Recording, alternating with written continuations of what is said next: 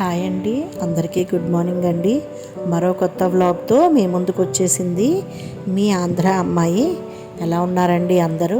మీరందరూ బాగున్నారని అనుకుంటున్నాను. ఆషాఢ మాసం అయిపోతుందని పోయిన వీడియోలో గోరింటాకు రుబ్బడం చూపించాను కదండి. నేను ఆ రోజు పెట్టుకున్నాను అనమాట. తర్వాత రోజు అయితే వీడియో నేను చేయలేదు. ఆ నెక్స్ట్ డే అండి, అంటే శ్రావణ మాసము స్టార్టింగ్ డే రోజు వీడియో తీస్తున్నానండి. ఇది ఆ రోజు ఉదయం తీసిన వీడియో. గోరింటాకు అయితే చాలా చాలా బాగా పండిందండి. నాకు కాళ్ళకి చేతులకు కూడాను నాకు చాలా చాలా హ్యాపీగా అనిపించింది. నేను ఎప్పుడు కూడా కాళ్ళకి చేతులకి ఇలా నిండుగానే పెట్టుకుంటానండి. ఇది శ్రావణ మాసం ఉదయం గుమ్మ ముందు వేసిన ముగ్గండి. ఎలా ఉంది కామెంట్ చేయండి. స్నానం అది చేశాక ఇంకా ప్రసాదాల కోసమని అన్నీ రెడీ చేస్తున్నాను. అలాగే పూజ సామాన్లు కూడా తోముకోవాలి కదండి. వాటి కోసం అన్నీ శుభ్రం చేసుకోవడానికి రెడీ చేస్తున్నాను అనమాట.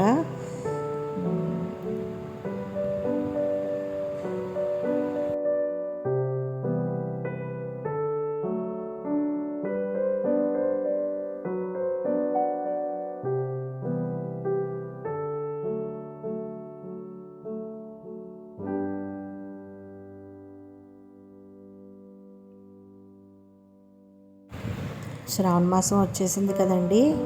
ఇంకా ఈ నెల రోజులు కూడా క్రమం తప్పకుండా పూజ అయితే కంపల్సరీ చేసుకుంటానండి. అంటే ఆదివారం కూడా మాననమాట, ఖచ్చితంగా చేసుకుంటానండి. లక్ష్మీ అమ్మవారికి, లక్ష్మీదేవికి పువ్వులు కంపల్సరీగా నిత్యము ప్రతిరోజు కూడా పువ్వులతో అలంకరించుకొని నిత్య దీపారాధన అయితే చేస్తానండి. నేను స్తోత్రాలు అవి కూడా పెద్దగా చదవకపోయినా 108 మంత్రాలు నామాలు అవి జపిస్తాను.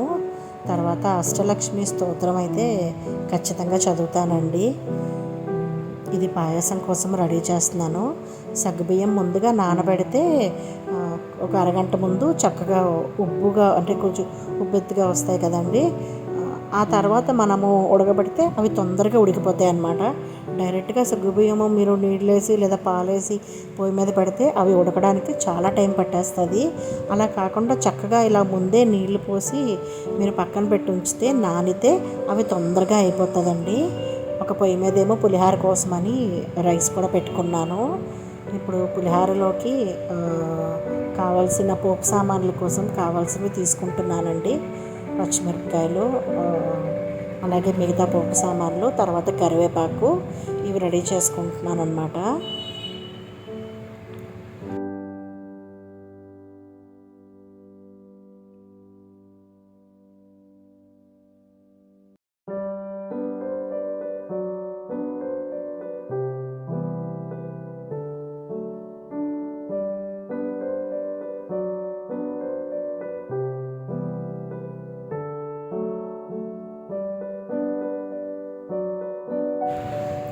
మీరు కూడా శ్రావణ మాసం పూజ అది ఎలా చేసుకుంటారో కామెంట్స్లో చెప్పండి. ఇక పులిహారకేమో నేను చింతపండు కాకుండా నిమ్మకాయతో పులిహార చేస్తున్నాను. అందుకనే నిమ్మరసం తీసుకుంటున్నానండి. ఇక్కడ నిమ్మకాయతో తొందరగా అయిపోతుందండి. అంటే ఈరోజు కొద్దిగా పని నాకు వచ్చి పూజ లేట్ అయిపోతుందేమోనని చింతపండు పులిహార పెట్టుకోలేదండి. అది చింతపండు ఉడకబెట్టాలి కదండి, టైం పడుతుందని చెప్పి నిమ్మకాయలు ఎక్కువ ఉన్నాయన్నమాట. అందుకని నిమ్మకాయతో పులిహార చేస్తున్నానండి. ఇదైతే చాలా ఈజీగా అయిపోతుంది. చక్కగా యూఎస్లో అక్కడ ఉన్నవాళ్ళు చింతపండుతో పులిహార చేసుకోవడం రాని వాళ్ళు ఇలాగా నిమ్మకాయ పులిహార చేసుకోవచ్చండి. చాలా ఇన్స్టెంట్గా తొందరగా అయిపోతుంది. చాలా ఈజీ అండ్ సింపుల్ అనమాట. ఒక పక్కన పాలల్లోని సగ్గుబియ్యము ఉడుకుతున్నాయండి. ఎక్కువసేపు పట్టవులేండి, ఆల్రెడీ నానిపోయినాయి కాబట్టి తొందరగా అయిపోతాయి. కాస్త ఒక ఉడుకు రాగానే నేనైతే స్టవ్ కట్టేస్తానండి. కానీ ఇందులోని సగ్గుబియ్యంతో పాటు ఒక 2 స్పూన్లు సేమియా వేసానండి.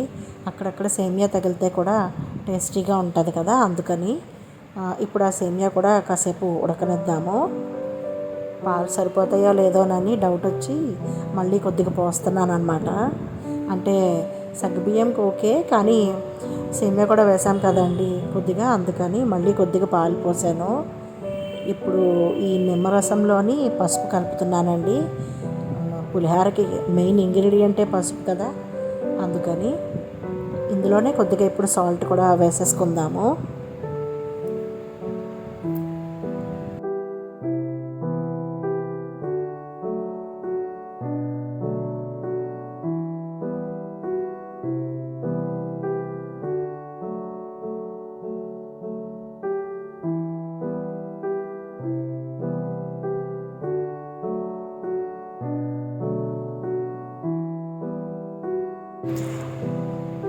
పాయసం అయితే పూర్తిగా అవ్వలేదండి. సగ్గుబియ్యమును సేమియా అయితే ఉడికిపోయినాయి, అందుకే కట్టేశాను. అలాగే రైస్ కూడా అయిపోయిందండి, కట్టేశాను. ఇప్పుడు రైస్ అయితే కొద్దిగా ఆరాలండి. అంటే వేడి మీద పులిహోర ఎప్పుడు కలపకూడదు, రైస్ అయితే ఆరాలి. అందుకే ఒక బేషన్ లాంటి గిన్నె తీసుకొని ముందుగా రైసు అందులోకి మొత్తం కూడా అందులోకి పెట్టేసుకొని కొద్దిగా ఆరబెడదామండి. కొంచెం ఫ్యాన్ కింద పెడితే తొందరగా ఆరుతుంది అన్నమాట.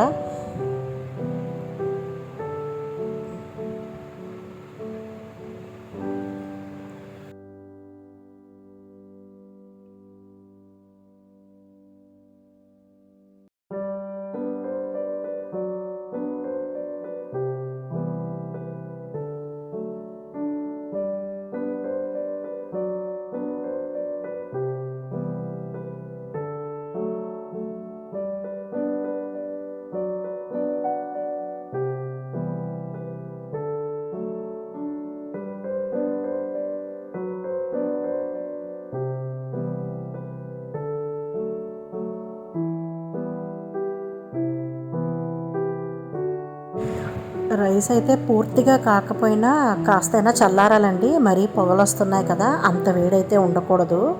సో అది ఫ్యాన్ కింద పెట్టి కాసేపు ఉంచానండి. అయితే ఇప్పుడు పులిహోరలోకి పోపు రెడీ చేసేసుకుంటున్నాను. పులిహోరకి ఎప్పుడైనా సరే ఆయిల్ కొద్దిగా ఎక్కువే పడుతుందండి. ఎందుకంటే పులిహోర తడిగా ఉండకూడదు కదా, కొద్దిగా ఆయిల్ తగులుతూనే ఉంటుంది మనకి. అందుకని ముందైతే పప్పు దినుసులన్నీ వేసేసుకున్నానండి. ఎందుకంటే పప్పులు ఫ్రై అవ్వడానికి కొద్దిగా టైం పడుతుంది కదా, మిర్చి అంటే తొందరగానే ఫ్రై అయిపోతుంది. అందుకనే కొద్దిగా ఆవాలు, కొద్దిగా జీలకర్ర, సాయమనపప్పు, శనగపప్పు, తర్వాత వేరుశనగకాయలండి. వేరుశనగకాయలు లేకపోతే అసలు పులిహోర తిన్నట్టే ఉండదండి మనకి. అందుకని ఇందాక స్టవ్ కట్టేసాం కదండి సేమియాది, ఇప్పుడు అందులో నేను బెల్లం పొడి కలుపుతున్నానండి. ఎక్కువ కలపట్లేదండి, జస్ట్ 3 స్పూన్లే. చెప్పాను కదండి, నేనైతే షుగర్ అయితే అస్సలు వాడను, బెల్లం కూడా తక్కువే వాడతానండి. కానీ చాలా టేస్టీగా ఉంటుంది. ఇది మామూలు బెల్లం కాదండి, తాటి బెల్లము.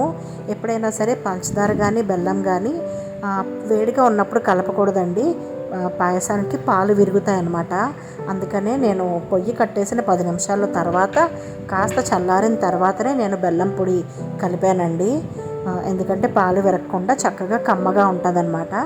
అందుకని ఇప్పుడు ఆ బెల్లం అందులో కలిసిపోతుంది, కాస్త వేడిగా ఉంది కాబట్టి కలిసిపోతుంది. ఇక ఇందులోనే వచ్చేసి ఎండుమిర్చి, పచ్చిమిర్చి కూడా వేసుకున్నాను పులిహోర పోపులోని. అలాగే ఇంగువ అండి, ఇంగువ లేకపోతే పులిహోరకి స్మెల్ లేదండి, ఇంగువ కంపల్సరీ కావాలి కదా, అదనమాట. రైస్ అయితే కొద్దిగా చల్లబడిందండి. ముందుగా పోపు కంటే కూడా అన్నిటికంటే కూడా ముందుగాను ఈ రైస్లోకి కరివేపాకు అయితే ముందు వేసుకోవాలండి. కరివేపాకు వేడివేడి అన్నంలో వేస్తే మంచి గుమగుమలాడే వాసన అయితే వస్తుంది, చాలా కమ్మగా అనిపిస్తుందండి స్మెల్. ఆ తర్వాత ఇందాక నిమ్మకాయ రసంలోని పసుపు ఇంకా ఉప్పు కలుపుకొని పెట్టుకున్నాం కదండి పక్కన, అదైతే ఇందులో వేసేస్తామండి. ఇప్పుడు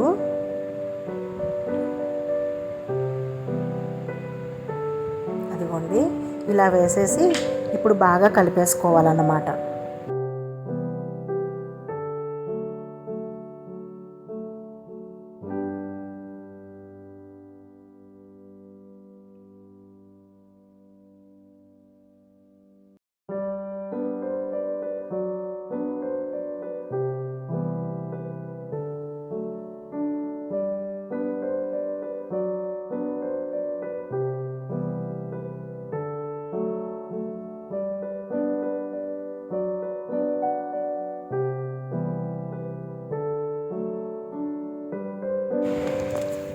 బాగా కలిసిపోయిందండి.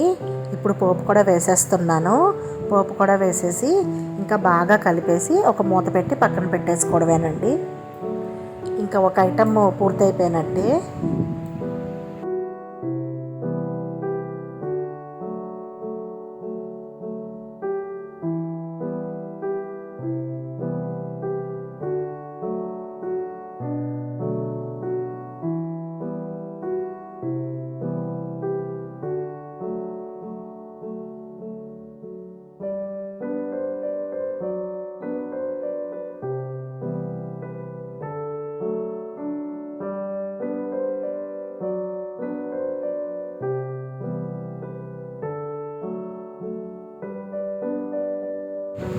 ఇప్పుడు సగ్గుబియ్యం పాయసంలోకి జీడిపప్పు వేయించి వేయాలి కదండి.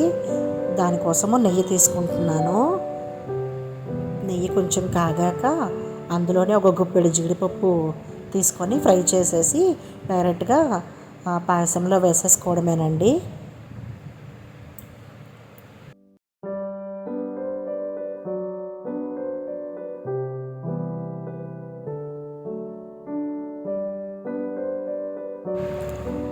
తెలుసు కదండి, జీడిపప్పు చాలా ఫాస్ట్గా వేగిపోతుందండి, తొందరగా కలర్ మారిపోతుంది. అందుకనే జీడిపప్పు వేయించేటప్పుడు మనం ఎటు వెళ్ళకూడదండి, అక్కడే దగ్గరుండి వేయించుకోవాలి.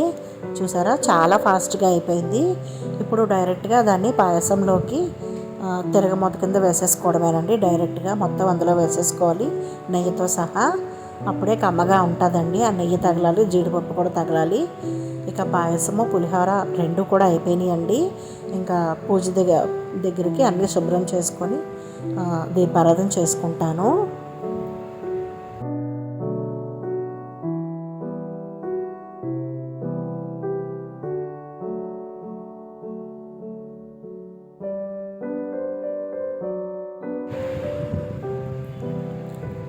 మొత్తం ఇక్కడ కావాల్సిన సామాన్లు అన్నీ తీసుకున్న తర్వాత, అంటే అన్నీ రెడీ చేసిన తర్వాత అండి, దీపం వెలిగించగానే నేను ఫస్ట్ నమస్కరించేది సూర్య భగవానుడికండి. ఎందుకంటే మనకి ఈ కలియుగంలో కనిపించే దైవం అంటే సూర్యుడేనండి. సూర్యుడు లేకపోతే మనకి రోజేదండి. ఎలాంటి జీవి అంటే ఏ జీవి బతకాలన్నా కూడా ఆ సూర్యరశ్మి మనకి కావాలండి. అందుకనే ఫస్ట్ నేను పూజ మొదలు పెట్టడమే సూర్య నమస్కారంతో మొదలు పెడతానండి. ఆదిత్య హృదయం చదువుకుంటానండి. నేను కంపల్సరీ ప్రతిరోజు నిత్యం అస్సలు మానకుండా ఆదిత్య హృదయం చదువుతానండి. ఆదిత్య హృదయం చదివేసి సూర్యుడికి నమస్కారం చేసుకున్న తర్వాత, ఆ తర్వాత నేను కంపల్సరీ నెక్స్ట్ చదివేది దక్షిణామూర్తి స్తోత్రం అండి. ఎటువంటి పరిస్థితుల్లో కూడా నేను అసలు మాననండి. దక్షిణామూర్తి స్తోత్రం చాలా మంచిదండి. ఇంట్లో మనకే కానీ పిల్లలకి కానీ, పిల్లలు చదవలేకపోయినా మనం చదువుతున్నప్పుడు వాళ్ళు విన్నా కూడా చాలా మంచిదండి. అసలు దక్షిణామూర్తి యొక్క ఫోటో అయినా సరే మనం మనకి కనబడేలాగా కాస్త పైకి కనబడేలాగా పెట్టుకున్నా కూడా, అటు ఇటు తిరుగుతూ మనం చూసినా కూడా చాలా చాలా మంచిదండి దక్షిణామూర్తి స్తోత్రం. పిల్లలు ఉన్నవాళ్ళు ఎవరైనా సరే ఇంట్లోని పెట్టుకోండి. అలాగే పిల్లలు లేని వారైనా సరే దక్షిణామూర్తి స్తోత్రం చదువుకుంటే వాళ్ళకి ఎంతో మంచి జరుగుతుందని నేనైతే గట్టిగా నమ్ముతున్నానండి. అలాగే ఆదిత్య హృదయం కూడానండి, మనకి ఎలాంటి ఆరోగ్య సమస్యలు కానీ ఏదన్నా ఉన్నాయనుకోండి, అది ఆదిత్య హృదయం మీరు నిత్యం చదవడం వల్ల క్రమేపీ మీకు ఆ సమస్య నుండి మీరు ఖచ్చితంగా బయటపడతారండి. మన స్తోత్రాలకి ఎంతో ప్రాముఖ్యత ఉన్నదండి. కానీ ఈ మధ్య చాలామంది సరిగ్గా చదవట్లేదండి. అంటే నోరు తిరగని వాళ్ళు కూడా చాలామంది ఉంటున్నారండి, చదవలేకపోతున్నారు. మీరు చదవలేని పరిస్థితుల్లోనండి చక్కగా వినండి. కనీసం విన్నా కూడా మనకి ఎంతో మంచి జరుగుతుందండి. ఇదిగోండి అష్టలక్ష్మి స్తోత్రము, తర్వాత వచ్చి అష్టోత్తర శతనామావళి. శుక్రవారం పూజ కదండి, కాబట్టి ఆదిత్య హృదయము, తర్వాత దక్షిణామూర్తి స్తోత్రం, తర్వాత నేను లక్ష్మమ్మకు కూడా నేను ఇవి చదువుకుంటానండి ఖచ్చితంగా. అంటే వారంతో పని లేకుండా, ఇప్పుడు సోమవారం అనుకోండి శివుడి గురించి ఆరాధించడము, మంగళవారం అయితే గనక హనుమంతుడిని ఆరాధించడము, ఇలా వారానికి ఒకళ్ళని మనం పూజ చేసుకుంటాం కదండి. కానీ ఎలాంటి రోజైనా సరే ఓన్లీ ఆదివారమే అని కాకుండా సూర్యుడికి మాత్రం ఖచ్చితంగా నేను ఆదిత్య హృదయము చదివి నమస్కరించుకుంటానండి. ఎందుకంటే మనం ఎప్పుడు కూడా మన భర్త గురించో పిల్లల గురించో వాళ్ళు బాగుండాలి వీళ్ళు బాగుండాలని అనుకుంటాము. కానీ మనకు కూడా ఎలాంటి ఆరోగ్య సమస్యలు ఉన్నా ఏదైనా అంటే మన మన ప్రశాంతత కూడా మనకి ముఖ్యం కదండి. ఆదిత్య హృదయం కూడా అంతే అన్నమాట. అసలు మీరు చదవడం మొదలు పెడితే మీకు చాలా బాగా అనిపిస్తుందండి.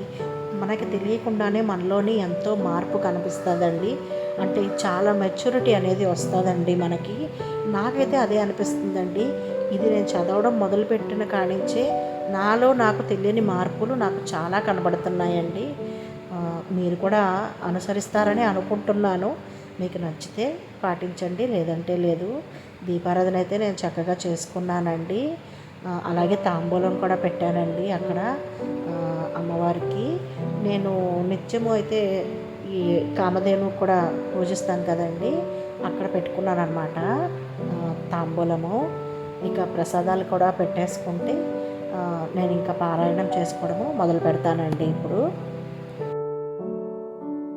ఇదేనండి ఈరోజు నా వీడియో. మీకు నచ్చిందని అనుకుంటున్నాను. Thank you.